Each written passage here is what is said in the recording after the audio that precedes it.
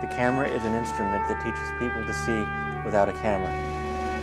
I always love the composition part, and you know, that's where the sun gets easy, you know, because you can make it go from left to right. And I always try to shoot, you know, a lot of times I'd think in the field, how do I want to do things? So I'd shoot something left, something right, knowing that the dissolve could go. When you shoot a sunset or sunrise, it goes by faster than you can ever imagine. I'm sure he's missed a lot of dinners because he had to go to Gettysburg and get the sunset. Gettysburg and miners, Jerry loves. He has the respect, and I think that's probably why he does these stories. He has the respect for the past, and that respect kind of compels him to do the kind of work that he does.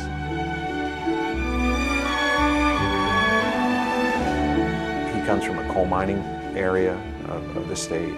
There's certainly a lot of historical romance to that. He feels compelled to kind of include and teach people about what that lifestyle was all. I mean, he went down in a coal mine, for crying out loud. The best character was the mining guy that I went down in the mine with, you know, because he was funny. Now you get to work, pending who your mine inspector is or what you're upset about, now you get a fine for that. Then you're upset about that, so you stop and you have a few drinks on the way home. Now your wife and kids are pissed off at you because you didn't go home for your supper. Then you have a few drinks, and you go home, you have a DUI on the way home. That's what I call a son of a bitch. Huh. We got that on tape, right? That's facts of life, buddy boy. That's Dave from David A. Lucas. You know what I mean? Got good wrench truck. You see him going by? Yo! All right. Racer Chasers was another one that I really enjoyed. Because if you ever get a drunk and get a lav mic on him, you're in business, you know. You don't think we're crazy, do you? You know Jerry will not do a story that's under 3 minutes. Usually probably 4 or 5. He's been known to do 8-minute pieces. It was almost a joke around the newsroom. You know, the joke is, what is 2 minutes to Jerry Trently? A Vosat. He is famous for, you know, taking hold of a story and just absolutely letting it run for 7 minutes, 8 minutes, 5 minutes, 4 minutes. Very hard to make 3 minutes of television compelling. But, you know, he could marry just these brilliant pictures. At this point, it just sounds so foreign, but, you know, he did all that stuff, tape to tape, slow-moing an image, then dissolving that image. You got to remember that this guy also, you know, hauled around the 3/4-inch deck, you know, in his time. And he had secondary gear that could go out and do these stories with. And it didn't matter because, you know, he relied on the subject material to make that stuff sing. So.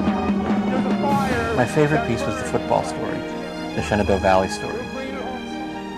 Yeah, because it was shot with one camera. And if you look at it, it looks like a total team shoot.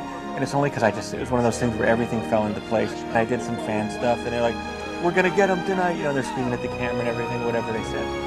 And it just all came together. Like, I had all this net sound. It looked like there were 3 or 4 cameras there. So that was my favorite, just because of the way it came together, and it was a lot of fun, and I think it really moved. Jerry always knew how to capture the emotion.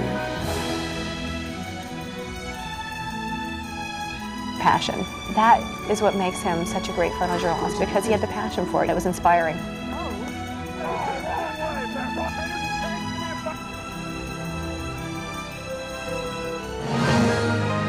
He started this thing called the Eyes Have It, where photographers would go out and do photo essays.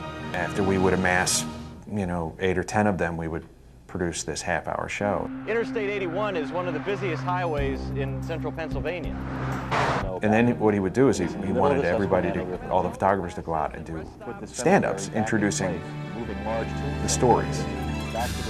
He wanted, in some small way, to show the viewers that these are the people behind the camera doing the work and bringing you these stories and hopefully compelling you to watch. There are few better teachers. Not only this station, but this market. He has influenced so many people in this market and in television. He loved this station. He loved this market. He loved being here, and he didn't want to be anywhere else. And the day Jerry left the station, it was a very sad day for us. And it really was the end of an era, because he had been here for so long, had given so much, and he seriously was the heart of this new station. His legacy definitely lives on.